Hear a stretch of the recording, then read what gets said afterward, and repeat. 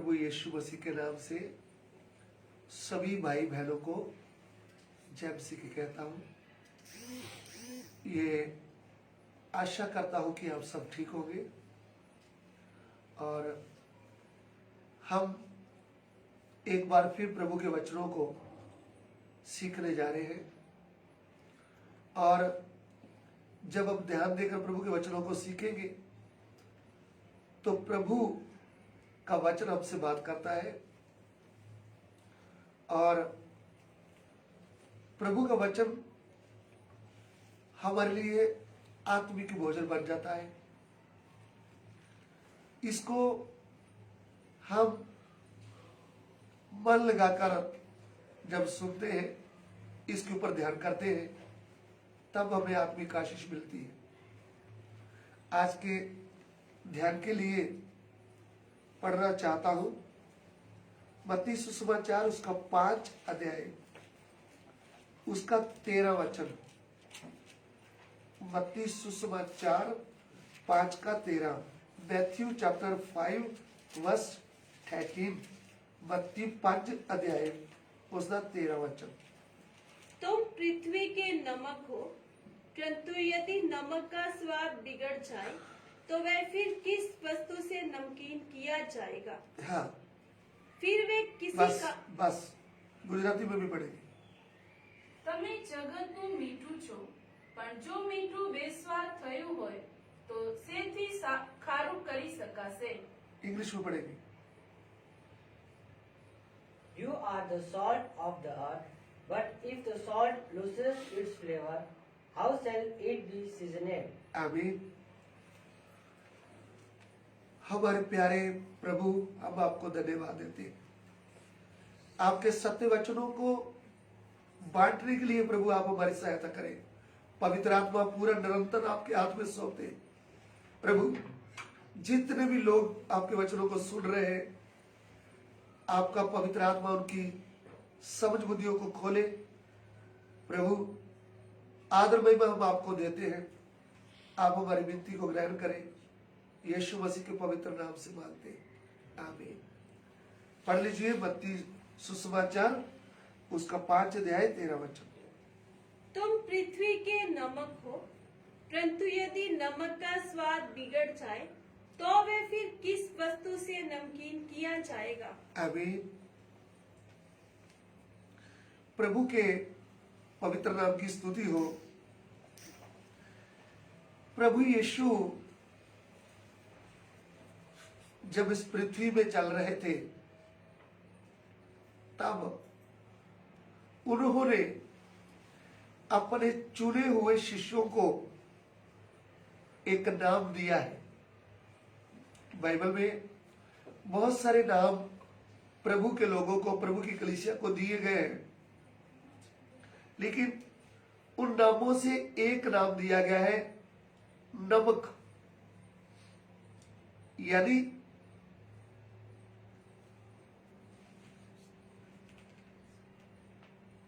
Salt, नमक। प्रभु कहते हैं तुम पृथ्वी के नमक हो।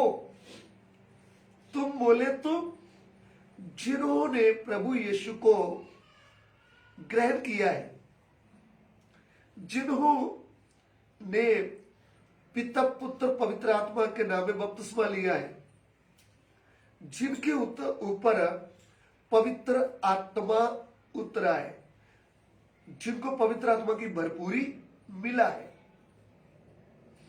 जिनका सत्य वचन से जन्म हो गया है, उनको प्रभु कहते हैं कि तुम जगत के नमक हो।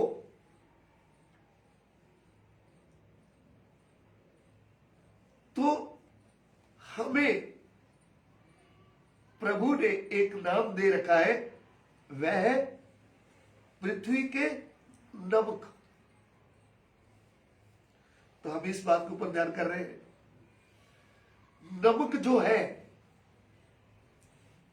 वो एक ऐसी वस्तु है, जब भी खाने की वस्तु होती है तो उसमें हम नमक डालते हैं।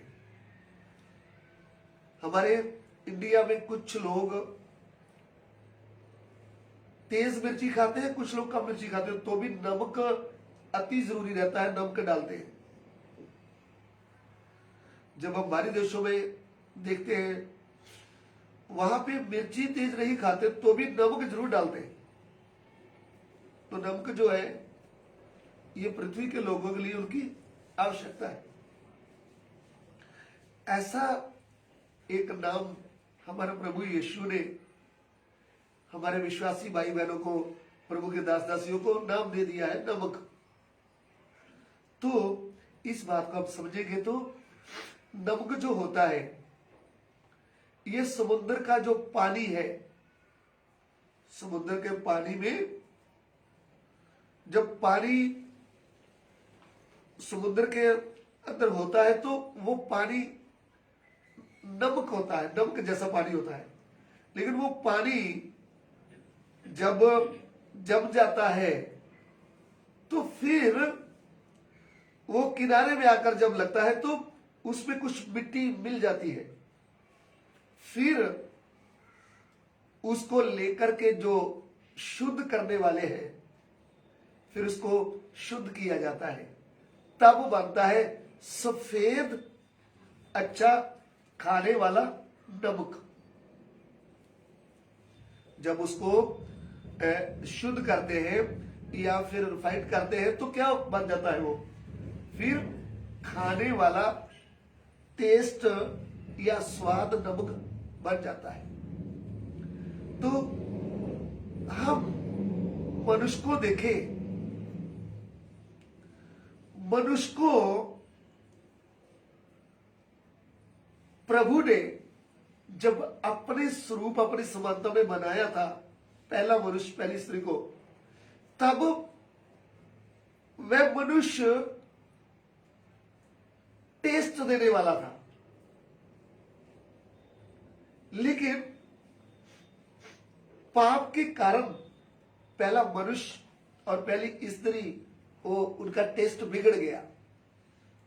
फिर जब टेस्ट बिगड़ गया तब उसको प्रभु यीशु आकर स्वर्ग से आकर इस पृथ्वी में मनुष्य के रूप में उन्होंने आकर पूरे मनुष्य जाति के लिए अपना प्राण क्रूस पर दे दिया और जो पवित्र लहू क्रूस के ऊपर बहाया है उसके द्वारा पापी मनुष्य को दोबारा शुद्ध किया है। यानी जैसे नमक को समुद्र से निकालते हैं, उसको शुद्ध करते हैं, उसका शुद्धिकरण होता है, वैसा प्रभु ने क्रूस पर प्राण देकर तीसरे दिन मुर्दों में से जी उठ करके पूरे जगत का उद्धार के काम को कर दिया है। तो अभी प्रभु ने आपको और मुझे इस पाप भरे संसार में से चुनकर अलग कर लिया है। जैसे समुद्र में से नमक को अलग किया, वैसा आपको और मुझे चुनकर अलग किया है। सो इसके लिए वचन पढ़ेंगे यूहन्ना सुसमाचार उसका 15 अध्याय उसका 16 वचन। John chapter 15 verse 16। यूहन्ना 15:16। तुमने मुझे नहीं चुना परंतु मैंने तुम्हें चुना है। तुमने मुझे नहीं चुना परंतु मैंने तुम्हें चुना है। तो इस बात को आप समझेंगे तो मत्ती सुसमाचार उसका 10 अध्याय उसका 34 वचन में पढ़िए। मत्ती 10 का 34। Matthew chapter 10 verse 34।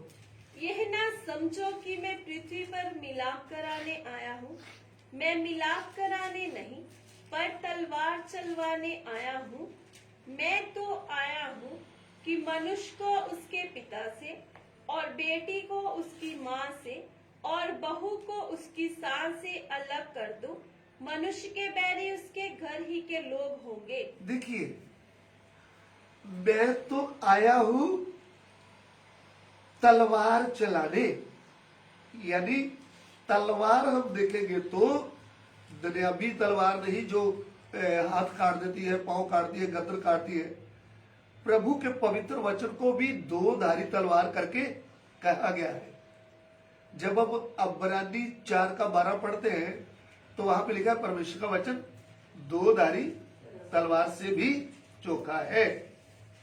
तो तलवार क्या है? प्रभु का वचन। तो प्रभु यीशु जब वचन बोलते थे तब वो वचन मनुष्य के मन में जाकर लगता है, तो वह शैतान के राज से अलग हो जाता है। फिर जब शैतान के राज से अलग होता है तो फिर एक फैमिली सत्य परमेश्वर को नहीं भी जानती, तो जिसके मन में प्रभु का वचन कार्य किया वो भाई बहन प्रभु के पीछे निकल आता है।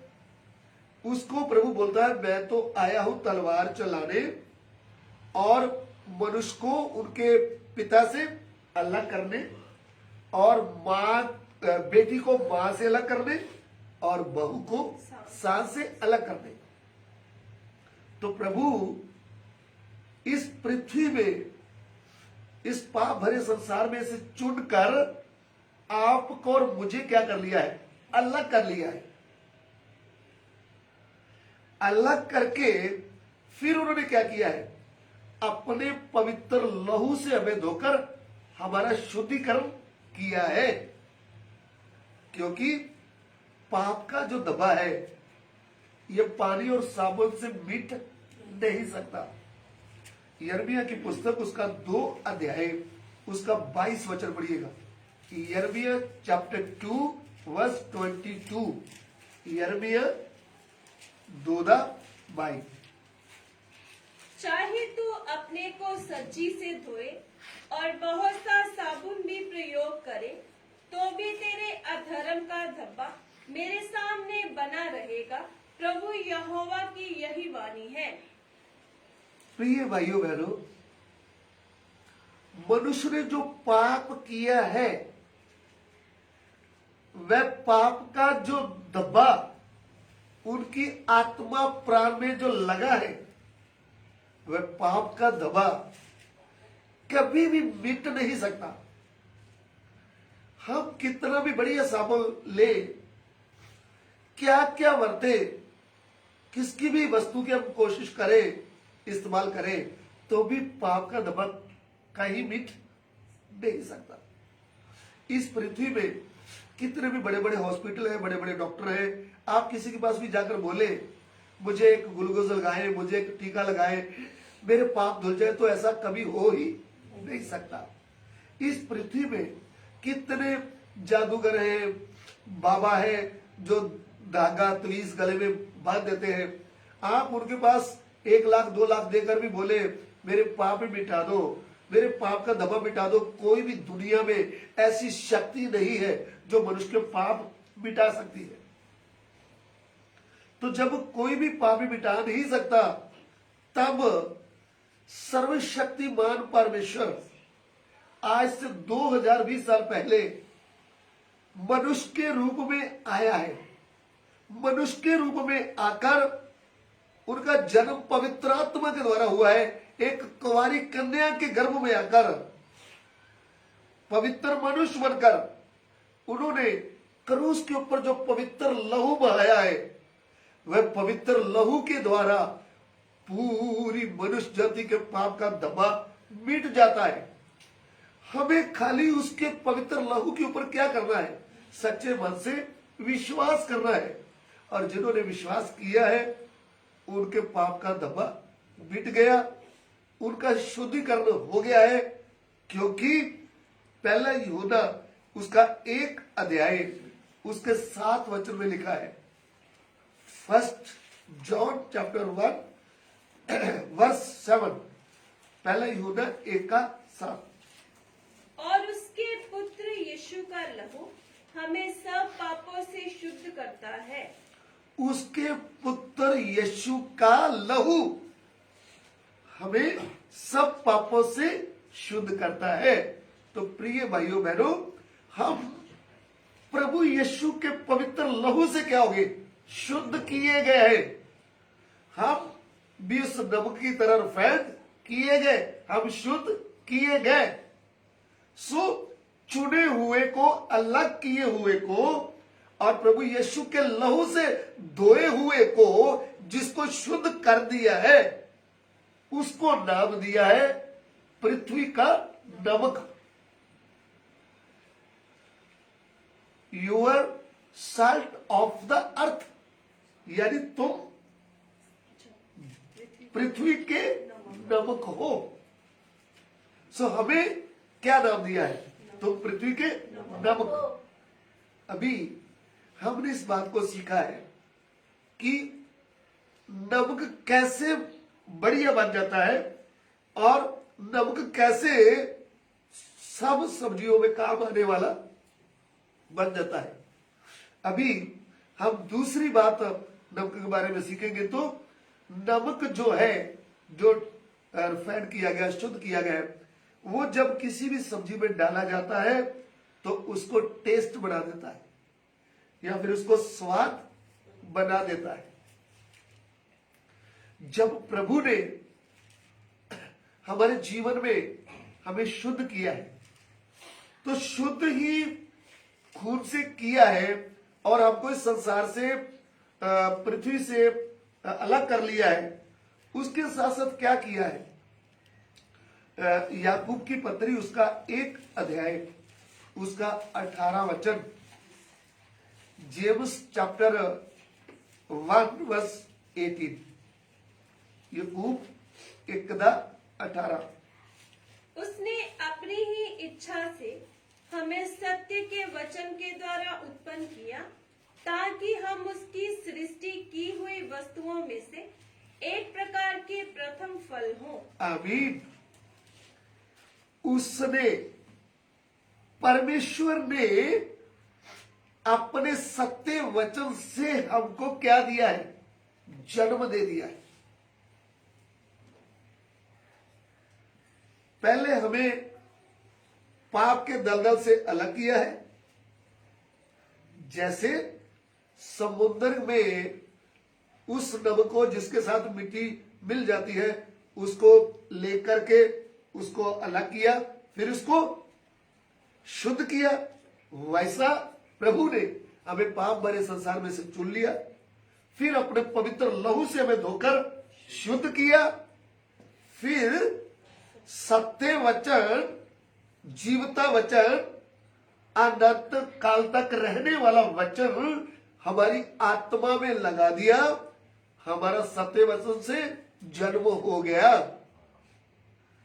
जब सत्य वचन से जन्म हुआ है, तब हमारे जीवन में एक टेस्ट आया है। हम बन गए हैं पृथ्वी के नमक। आज हमें अपने आप को देखना होगा। हम कितने बड़े भी प्रभु के दास हैं। हमारे पास बहुत बड़ी भीड़ आती है। हमने बहुत किताबें पढ़ी हुई है। हमने 5 बार 10 बार बाइबल पढ़ी होगी। आप बहुत फेमस प्रभु के दास होंगे। आपका बहुत यूट्यूब पे लोग आपको लाइक करते होंगे। प्रभु का धन्यवाद है।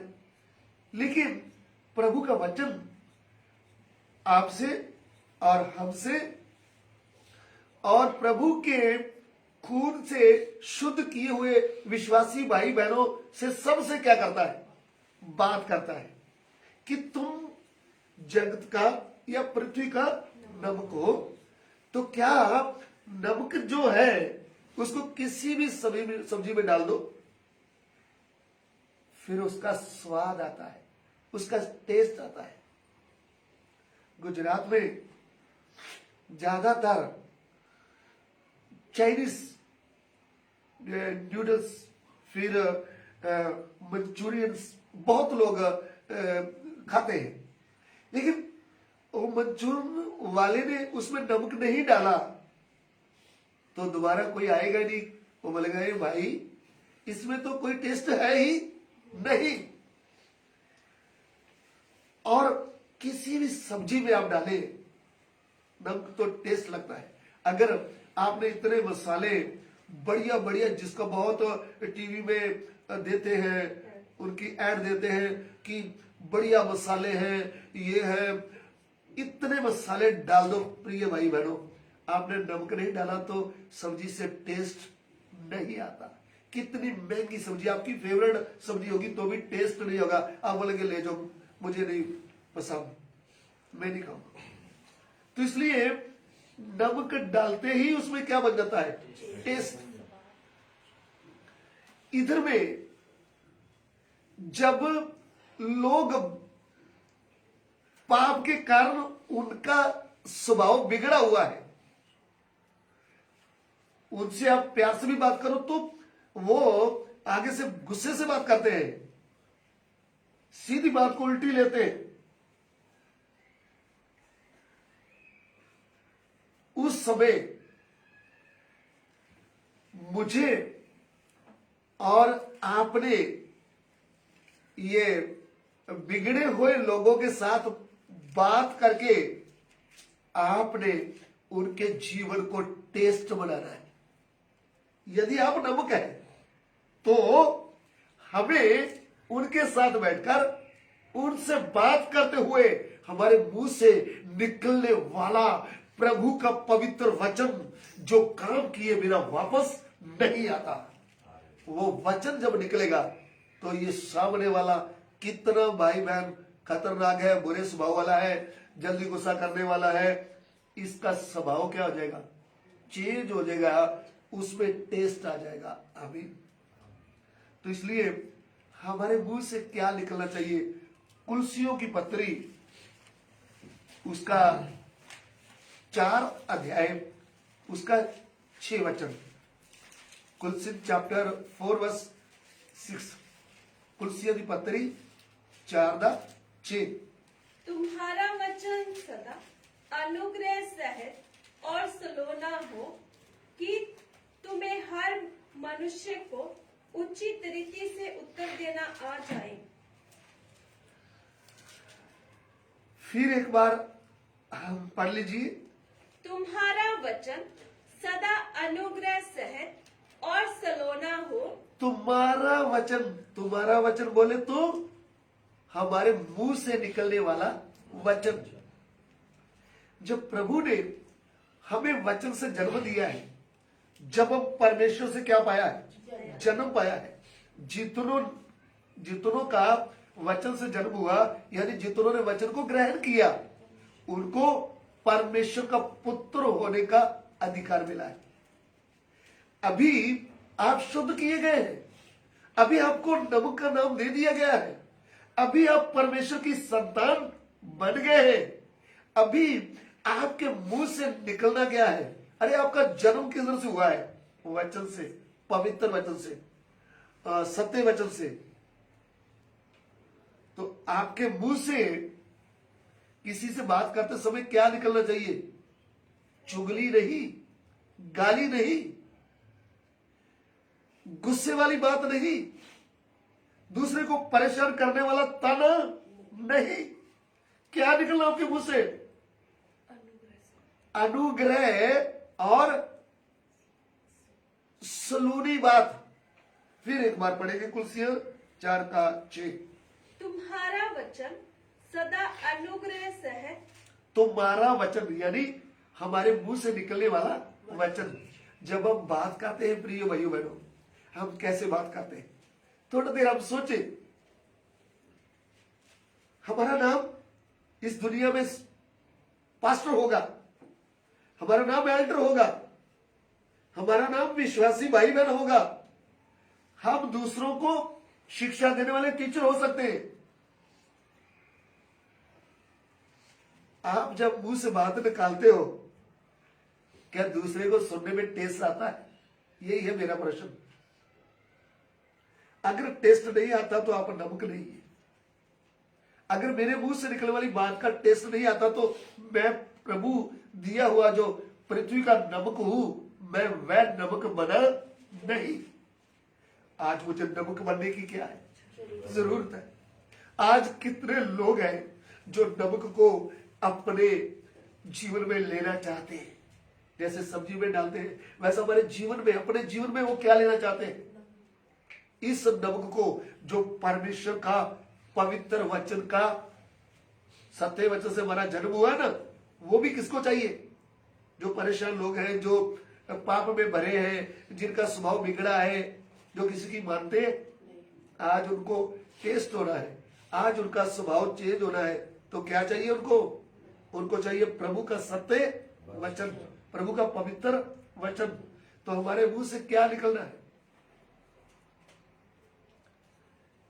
कृपामयी और सुलूनी बात, कृपामयी और सुलूना वचन हमारे मुंह से निकलना है। अभी इफिसियों की पत्री 4 अध्याय उसका 29 वचन, इफिसिया 4:29, इफिसी चैप्टर 4 वर्स 29। कोई गंदी बात तुम्हारे मुंह से ना निकले, पर आवश्यकता के अनुसार वही निकले जो उन्नति के लिए उत्तम हो, ताकि उससे सुनने वालों पर अनुग्रह हो। आमीन।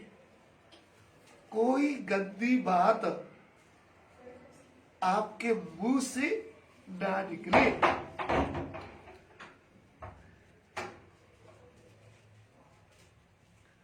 यहां पे प्रभु पवित्र आत्मा के द्वारा, पौलुस प्रेरित के द्वारा इफिसस में रहने वाले शुद्ध किए हुए संत लोगों को, पवित्र लोगों को यह बात बोलता है कि कोई भी गंदी बात, गंदी लिखा, कोई भी गंदी बात तुम्हारे मुंह से ना निकले, और पर आवश्यकता के अनुसार वही निकले, पर जब जरूरत पड़ती है, आवश्यकता के कारण वही निकले वही बात निकले जो उन्नति के लिए उत्तम हो, जिससे दूसरे की क्या हो सकती है? उन्नति। जैसे जैसे दूसरों को क्या मिल सकता है? जिससे आशीष मिल सकता है। और आशीष मिलना है तो प्रभु का पवित्र वचन हमारे मुंह से निकलना है। आज कितने विश्वासी भाई बहन फेल हो गए हैं। फेल बोले तो स्कूल से नहीं, अपने मुंह की रक्षा न करते हुए कितनों के मुंह से कृपामयी टेस्ट वचन नहीं निकलता, फालतू की बातें निकलती है। मजाक से झूठ बोल देते हैं, मजाक से गाली निकाल देते हैं, मजाक से क्या क्या बोल देते हैं, ताने लगा देते हैं दूसरों को। हम नमक का टेस्ट क्या हो गया? भूल गए। हम नमक नहीं, हम तो क्या बन गए? हमारे मुंह से तो क्या निकल रहा है? कड़वी बातें। हम दूसरे को क्या कर रहे हैं? हमारे मुंह से बात निकलते दूसरा चिढ़ गया, दूसरा गुस्से में आ गया, झगड़ा शुरू हो गया, तो आपको नमक नहीं बने। आपके मुंह से निकलने वाला जवाब क्या होना चाहिए? नीति वचन 15 का 1 पढ़ेंगे। नीति वचन 15 का 1 पढ़िएगा। कोमल उत्तर सुनने से गुस्सा ठंडा हो जाता है। कोमल उत्तर सुनने से सामने वाले का गुस्सा ठंडा हो जाता है। हमारे मुंह से जब मीठा प्रभु का वचन निकलेगा, मधु जैसा, नम्रता से जब हम बात करेंगे, तो क्या हो जाएगा? सामने वाले का क्रोध भी ठंडा हो जाएगा।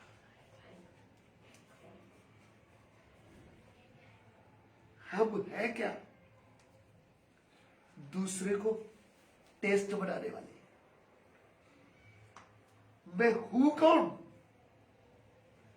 पृथ्वी का नमक। मैं पृथ्वी का नमक हूं। I am the salt of the अर्थ। मैं पृथ्वी का नमक हो। तुम भी पृथ्वी के नमक हो। हम नमक की बात करते हैं, तो इसलिए हमें इस पृथ्वी में रहकर दूसरों के लिए नमक बांटना होगा, क्योंकि प्रभु ने हमारे लिए जो कुछ करना था वो कर दिया है। उन्होंने हमारे लिए कीमत दे दिया है, हमको नमक का नाम दे दिया है। आज इस नमक के ऊपर हमको क्या करना पड़ेगा? इस नमक के ऊपर चर्चा कर रहे हैं हम कि हम नमक बन गए। इससे हमको दुख नहीं लगना चाहिए। इसके वचन के द्वारा हमें नम्रता आनी चाहिए। प्रभु सचमुच मुझे नमक बनना है, क्योंकि विश्वासी भाई बहनों कितनी फालतू की बातें करते हैं। आपस में जब इकट्ठे होते हैं तो चुगली करते हैं एक दूसरे की। इसमें से उन्नति नहीं होती, आत्मिक जीवन खराब होता है। आपकी जाति का हो या दूसरा कोई विश्वासी हो, आप जब इकट्ठे होते हैं तो आप कैसी बातें करें? एक दूसरे की उन्नति की बातें, प्रभु के पवित्र वचन की बातें। इसके लिए मैं एक और वचन पढ़ना चाहता हूं कि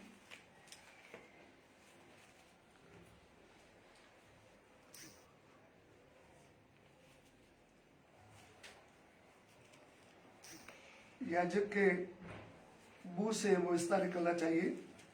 मलाकी की पुस्तक है, मलाकी की पुस्तक में आएगा।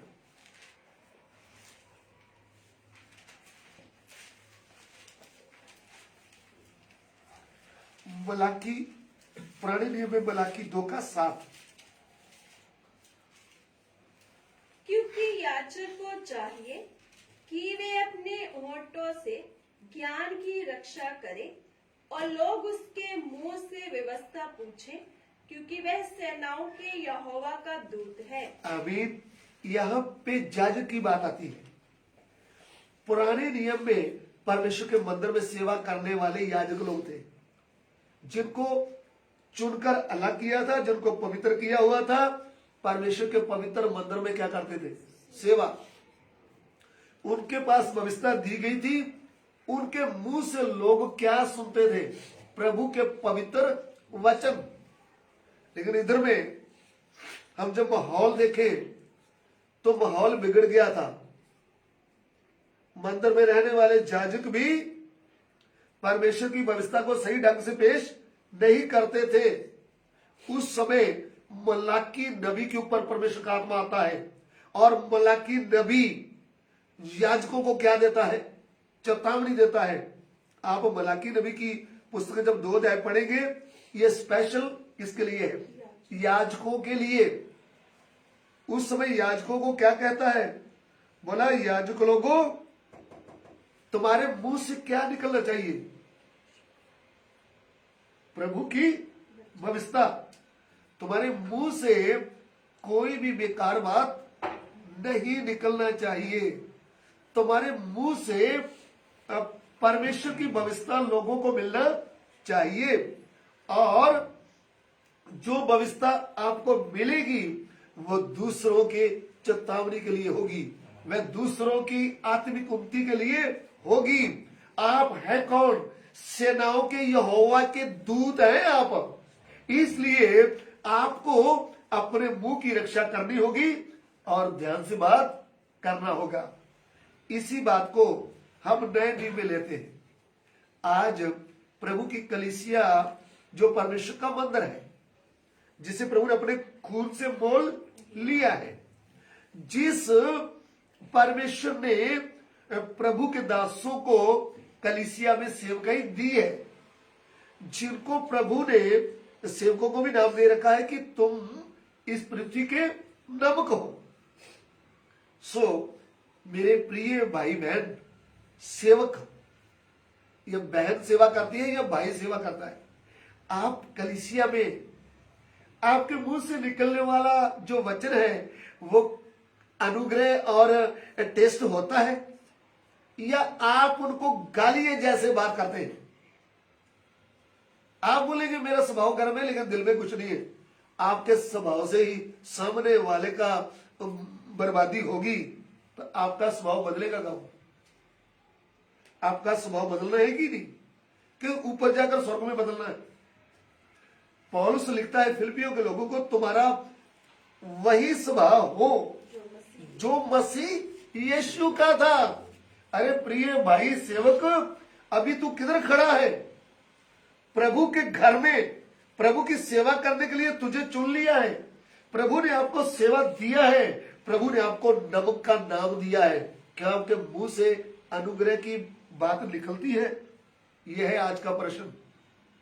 आपको ये वचन जो है ये एक तीर की तरह लगेगा, लेकिन प्रभु का वचन दो धारी तलवार से भी चौका है। यह काटने के बिना वापस नहीं आता। आप अपनी गलती को मानते हुए, अपने आप को सुधारते हुए नम्रता से इस वचन को क्या करना, ग्रहण करेंगे तो प्रभु आपको आशीष देगा। आपको अच्छा लगे वचन ना लगे, पवित्र आत्मा किसी को भी नहीं देखता, वो सबके लिए अपना चेतावनी देता है। इसलिए मैं आलू प्याज की बातें नहीं कर रहा हूं, मैं जीवते परमेश्वर की बातें आपसे कर रहा हूं। आप कहीं के भी हैं, हिंदुस्तान के किसी कोने में भी आप रहते हैं, आप बहुत बड़ी डिग्री किया होगा, आप इंग्लिश में ही प्रचार करते होंगे, आपको बहुत डिग्री मिला होगा, लेकिन आपके मुंह से निकलने वाला वचन क्या है? अनुग्रह से वचन है। दूसरों को टेस्ट लगता है। अगर आपकी बात टेस्ट नहीं लगती तो आप इस पृथ्वी के नमक नहीं है, आप अपनी मर्जी से चलने वाले हैं। इसके लिए एक और वचन पढ़ना चाहूंगा, इसमें याजक लोग भी बात समझे, प्रभु के दास लोग भी समझे कि आप है कौन। आप नमक हो या फिर एक कड़वी वस्तु होती है जो मुंह में डालते ही मुंह खराब हो जाता है। उसको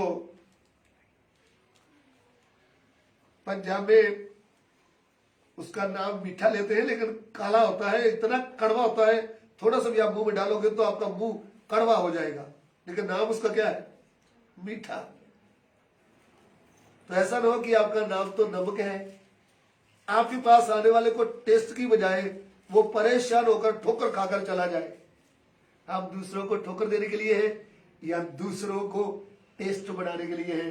बहनों भाइयों, ये बात आज आप ध्यान से सुन लो। पतरस की पत्री में हम एक वचन पढ़ना चाहते हैं। उसमें लिखा है, आपके मुंह से क्या निकलना है? प्रभु का वचन। सो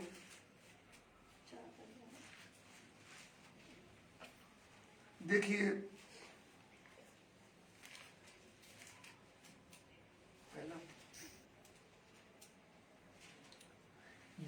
पहला पतरस 4 अध्याय उसका 11 वचन, 1 पीटर चैप्टर 4 वर्स 11। पहला पतरस 4:11। यदि कोई बोले तो ऐसा बोले मानो परमेश्वर का वचन है। यदि कोई प्रभु का दास बोले, बात करे, तो ऐसे बात करे, प्रभु का वचन बोल रहा हूं। प्रभु के दास, आपको पवित्र आत्मा से अभिषेक किया गया है। आपको कलीसिया में एक प्रतिनिधि बनाया गया है, आपको एक प्रधान बनाया गया, अगुआ बनाया गया है। लोग आपके मुंह से प्रभु की बातें सुनना चाहते हैं। आप संडे को खड़े होकर के प्रार्थना भी नहीं किया ज्यादा जितना करना चाहिए था, वचन की तैयारी भी नहीं किया, आप ऐसा सड़ी सड़ी बातें मुंह से निकाल रहे हैं, उनको डांट दे रहे हैं, आप भेंट नहीं ला रहे, आपका शराब आ जाएगा। ऐसी आपकी बातें सुनकर क्या उनको टेस्ट मिल रहा है? क्या विश्वासियों को टेस्ट मिला है आज? थोड़ा सोच लो। क्या आपके पड़ोसी को आपकी बात से टेस्ट मिलता है? आपके घर में आने वाले विश्वासी को आपकी बात से टेस्ट मिलता है? आपकी पत्नी को जो आपकी सेवा करती है, रात दिन आपकी सेवा में लगी रहती है, आपके बात करने से उसको टेस्ट मिलता है? या परेशान होकर बैठ जाती है दूसरे रूम में जाकर, या बोलती है कभी तो प्यार से बात करो, हर समय गुस्से से बात करते हैं? प्रभु की दासी, कभी आपके मुंह से आपके पति को अच्छी उन्नति की बात मिलती है? आप उनके साथ एक सहाय की तौर पर साथ दे रहे हो? जैसे प्रभु ने सहाय करके बनाया, आप उनके साथ अच्छी बातें करते हैं या झगड़ा करते हैं या जबरदस्ती बोलते हैं अभी मुझे बाजार जाना होगा, पैसा हो ना हो मुझे अभी ये वस्तु चाहिए, या फिर नम्रता से बोलते हैं? आपके मुंह से क्या निकलता है? प्रभु की दासियों का भी मैं दास हूं और दासों का भी। आप किधर भी सुन रहे हैं, प्रभु की दासियां ज्यादा काम में लगी रहती है, उनको वचन पढ़ने में सुनने में भी कम समय मिलता है। लेकिन सुन लीजिए, आपको भी नमक का नाम दिया है। पंजाब में हो, हिंदुस्तान में हो, प्रभु की सेवा करने वाले दासियों को भी प्रभु ने क्या नाम दे रखा है? तुम पृथ्वी के नमक हो, तुम अपने घर में नमक हो, तुम अपनी कॉलोनी में नमक हो, तुम अपनी कलीसिया में क्या हो बहन जी? नमक हो। आपसे किसी ने पूछ लिया, हेलो सिस्टर पास्टर जी कहाँ है? पहले मुझसे बात कर, पास्टर को तूने क्या कहना है? बहन जी, पास्टर का स्थान अलग है, आपका स्थान अलग है, फिर भी आप कैसे उनसे बात करें? आइए बैठिए, आपको क्या परेशानी है बताइए मुझे, मैं आपके लिए दुआ करती हूं। यदि वो दुआ करने से हल होता है तो ठीक है, नहीं तो प्रभु के दास आएंगे, मैं उनको सब कुछ बता दूंगी, आप चिंता मत करिए। हमारा परमेश्वर के ऊपर भरोसा करें, प्रभु का वचन के ऊपर ध्यान करें। आपके मुंह से निकलने वाली बातें वो दूसरे को क्या मिले? तसल्ली मिले, टेस्ट बन जाएगा, प्रभु के नाम की स्तुति हो। हमने नमक के बारे में सीखा है कि नमक कैसे किधर से निकलता है और कैसे उसको शुद्ध किया जाता है, पहला गुण। दूसरा गुण हमने सीखा है कि वो टेस्ट होता है, तो जिस सब्जी में भी डाल दो उसमें अपना क्या दिखाता है? टेस्ट। तो मैंने आपको बताया है कि प्रभु ने हमें भी चुन लिया है, हमें अपने लहू से धोकर शुद्ध किया है, सत्य वचन से हमको जन्म दिया है, हम परमेश्वर की संतान बन गए हैं। अभी हमारा जबान चेंज होना है, हमारे मुंह से अनुग्रह के वचन और टेस्ट वचन निकलना चाहिए। हमारे बोले तो कलीसिया के मुंह से भी और प्रभु के दासों के मुंह से भी कोई भी अपशब्द या बुरी गंदी बात निकलनी नहीं चाहिए। ताने की, गालियां जैसी बात, झगड़ा करने की बात नहीं निकलना चाहिए। एक वचन और पढ़ना चाहता हूं, तीमुथियुस, दूसरा तीमुथियुस की पत्री,